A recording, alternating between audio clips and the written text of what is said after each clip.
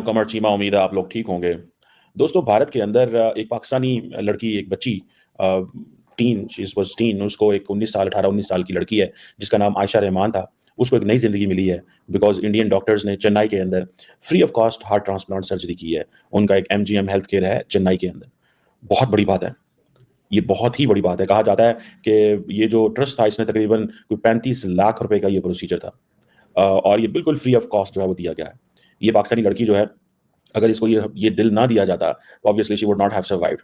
ठीक है जी। कहा जा रहा है कि 2014 में उसने इंडिया विजिट किया, जहाँ पे उसका ये सारा प्रोसेस हुआ। उस वक्त जो डिवाइस थी वो इनफेक्टिव हो गई। तो डॉक्टर्स ने हार्ट जो है वो ट्रांसप्लांट उसको रिकमेंड किया। ये बहुत बड़ी बात है। लेकिन मैं एक बात बताऊं कि अदर दैन दैट, इसमें मैं देख रहा था कि कुछ डॉक्टर्स की टीम भी है जो जिसने पूरे के पूरे उन्होंने ये सारा किया। और कहा जा रहा है कि जब उसको ये हार्ट दिया गया तो उस वक्त कोई और कंटेंडर नहीं था। अगर कोई और लोकल होता तो शायद उसको ये पहले देना पड़ता। लेकिन इत्तेफाक ऐसा है, ज़ाहिर बात है, रूल्स होते हैं अदारों के, मुल्कों के, कि जिसे वो कहते हैं ना, ये 5 साल कहा जा रहा है कि उसने वेट किया, अपने बीमार दिल के साथ उसने वेट किया। और और अभी ये इसी साल जो है उसको ये दिया गया है, जो पाकिस्तान से गई। मैं समझता हूँ कि ये एक बड़ी डेवलपमेंट इस सेंस में है कि देखें, इंडिया और पाकिस्तान को ऐसी खबरें चाहिए, मेरी ज़ाती राय के अंदर। हम सारा टाइम पॉलिटिक्स तो डिस्कस करते रहते हैं, नेशनल सिक्योरिटी भी डिस्कस करते रहते हैं, भारत ने ये कर दिया, पाकिस्तान ने वो कर दिया, अमेरिका ये कर रहा है। लेकिन असल चीज़ ये चीज़ है, ह्यूमैनिटी, इंसानियत। और ये जो चेन्नई का हॉस्पिटल है, डेफिनेटली इन्होंने बड़ी पाकिस्तानी बेटी की जान बचा के, डॉक्टर साहब जो हैं उन्होंने बड़ा काम किया। ट्रस्ट है ये तरक्की करे। और ऐसे ही कई लोग तो कहेंगे कि नहीं, नहीं ये भी नहीं होना चाहिए, हमारा कोई ताल्लुक नहीं है पाकिस्तान से, पाकिस्तानी कहते हैं भारत से कोई ताल्लुक नहीं है। इन चीज़ों से कोई फ़र्क नहीं पड़ता। उसकी वजह ये है कि देखिए, इंडिया तकरीबन 1.5 अरब आबादी का मुल्क है। एंड दुनिया में आपको क्या कहते हैं, you can not change your neighbours. आप अपने नेबर्स चेंज नहीं कर सकते। ठीक है। अभी फॉर एग्जांपल मैं देख रहा हूँ कि जो इंडिया की जो मेडिकल टूरिज्म इंडस्ट्री है, ये बहुत ज़्यादा बड़ी होती जा रही है। तकरीबन $9 बिलियन की इंडस्ट्री है ये, मेडिकल टूरिज्म। ठीक है जी। जिसे ट्रैवल हेल्थ केयर भी कहते हैं। ये बहुत बड़ा सेक्टर है इंडिया के अंदर जो ग्रो कर रहा है। ठीक है जी। और कहा जा रहा है कि तकरीबन 2 मिलियन पेशेंट्स हैं, 2 मिलियन, 20 लाख पेशेंट्स इंडिया में हर साल इस मकसद के लिए आते हैं। तकरीबन दुनिया के 78 ममालिक से, जो मेडिकल सर्विसेज के लिए आते हैं और बहुत सारी चीज़ों के लिए। ठीक है जी। और तकरीबन ये ओवरऑल इंडस्ट्री जो है वो तकरीबन $9 बिलियन की है।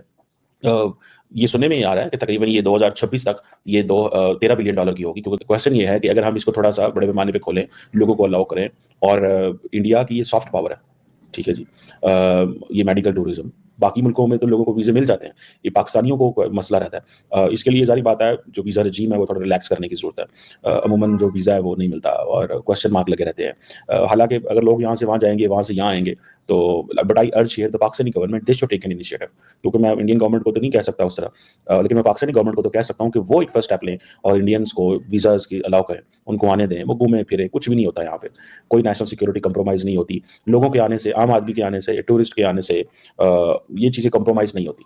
मैं नहीं समझता जी ये चीज़ें कंप्रोमाइज़ होती हैं। इससे कुछ भी नहीं होगा। इससे इंडिया की रिस्पेक्ट और बढ़ेगी, पाकिस्तानियों की रिस्पेक्ट और बढ़ेगी। जब इंडियंस आएंगे वो देखेंगे पाकिस्तान को, और मुझे 100% श्योर है कि जब इंडियंस पाकिस्तान आएंगे तो वो ये महसूस करेंगे कि ये एक तो हिस्टोरिकल रिलेशंस, फिर पाकिस्तान के बारे में वैसे जानना, वो बहुत सारे घूमेंगे फिरेंगे तो शायद बहुत सारी चीज़ें जो है वो बेहतर होंगी। एक इंप्रेशन ठीक होगा। और पाकिस्तानी जब इंडिया जाएंगे तो यकीन करके माने, वो जो तरक्की हो रही है वहाँ पे, जो डेवलपमेंट हम देख रहे हैं, जो उनके अर्बन सेंटर्स में हो रही है, डेफिनेटली दैट विल हेल्प कि पाकिस्तान का जो इंप्रेशन है, हमारे यहाँ लार्जली इंडिया के बारे में इंप्रेशन ये है कि वो बड़ी तरक्की कर रहा है, उनकी इकोनॉमी बड़ी अच्छी है। लेकिन जारी बात है, सारा इंडिया, क्योंकि उनकी आबादी बहुत बड़ी है, तो सारा इंडिया उसी स्पीड से ग्रो नहीं कर रहा। ठीक है। वहाँ पे बहुत बड़े बड़े चैलेंजेस हैं, पॉवर्टी अभी बहुत ज़्यादा है। लेकिन पिछले 10 साल में जो नरेंद्र मोदी साहब कह रहे हैं कि 250 मिलियन लोगों को हमने मल्टी डायमेंशनल पॉवर्टी से निकाला है, तो it's a case study for Pakistan. ये पाकिस्तान के लिए भी केस स्टडी है कि भाई क्या हमेशा खुले रहने चाहिए। लेकिन शायद पता नहीं हुकूमतों की पॉलिसीज़ ऐसी हैं, हुकूमतें ये महसूस करती हैं कि शायद ऐसे करने से वो ज़्यादा मजबूत हो जाएगी। ये भारत की हुकूमत और पाकिस्तान की हुकूमत, भारत तो एक वो ज़ाहिर बात है, वो कहते हैं जी हमारी ग्रीवेंसेस हैं, हमें जो है वो, आप जो है वो कश्मीर में ये किया वो किया। मैं समझता हूँ पाकिस्तान को ही एक इनिशियल स्टेप ले लेना चाहिए और वहाँ के लोगों को इनकरेज करना चाहिए, वो पाकिस्तान आए, आके देखें पाकिस्तान, मिलें यहाँ पे लोगों को, और सबसे पहले फैमिलीज आएँ, जो रिश्तेदार हैं, जो लोग, मुझे याद है कि मनमोहन सिंह साहब जो थे साबिक वज़ीर-ए-आज़म, वो चकवाल आना चाहते थे अपने जन्मभूमि जहाँ पे वो पैदा आई थिंक हुए, और उनकी फैमिली यहाँ थी, लेकिन फॉर सम रीज़न वो ना आ सके एज़ अ प्राइम मिनिस्टर। उस वक़्त भी उनके ऊपर प्रेशर था। देखिए यहाँ पे वज़ीर जो आज़म है उनके ऊपर भी प्रेशर होते हैं। ठीक है जी। और बड़ी बात होती है, वो चकवाल आते तो हिस्ट्री बन जाती, लेकिन अनफॉर्चुनेटली वो 2 टेन्योर्स में नहीं आए। नरेंद्र मोदी साहब अपने 2 टेन्योर में कुछ घंटे के लिए आए। तो ये चीज़ें बेहतर होनी चाहिए। अब फॉर एग्जाम्पल इंडिया की जो मेडिकल टूरिज्म है, वो उसको तो इंडिया को तो चाहिए कि इंडिया तमाम जो खित्ते के ममालिक है उनको अलाउ करे इस हवाले से। और मेरे अपने एक दोस्त हैं, बहुत ही अच्छे दोस्त हैं, चड्ढा साहिब। तो उन्होंने उनके वालिद साहब जो हैं बड़े छोटे थे तब हम आई थिंक तब हम यूनिवर्सिटी भी नहीं गए थे, कॉलेज पढ़ते थे। तो उन्होंने अपना लीवर ट्रांसप्लांट कराया था। तो उस वक़्त हम सुनते थे ये क्या होता है, तो नहीं थे वीज़ाज़ नहीं मिलते थे। तो फिर हमने उस वक़्त जो एक मिनिस्टर साहब थे, हमारे minister of state for foreign affairs, उनसे रिक्वेस्ट की। उन्होंने स्पेशली जो है वो उसको पेन लिया, उन्होंने वीज़े लगवाए, सारा कुछ किया। फिर वो वहाँ गए, फिर वो 2-3 महीने वहाँ पे रह के आए इंडिया के अंदर। तो और रह के आए और उन्होंने जाके वहाँ पे और बड़ा अच्छा ट्रांसप्लांट हुआ और अभी भी वो बिल्कुल ही इज़ अलाइव एंड माशाल्लाह अपने ज़िंदगी के कारोबार, बिज़नेस, अपनी खेती-बाड़ी, ज़्यादा किसान है वो, तो अपना बाकी कारोबार कर रहे हैं और मतलब ज़िंदगी पॉलिटिक्स कर रहे हैं, बड़ी अच्छी ज़िंदगी गुज़र रही है उनकी। और वो मुझे बताते हैं कि जब हम इंडिया गए तो उनका बेटा भी साथ गया, उनका एक नेफ्यू भी साथ गया। तो जो नेफ्यू था उसने वो डोनर था, तो वो भी वहाँ पे रहा, तो बेटा भी गया। तो और मुझे वो जो उन्होंने बातें बताई, कहते हैं फिर हमें लोगों ने बड़ा प्यार किया वहाँ।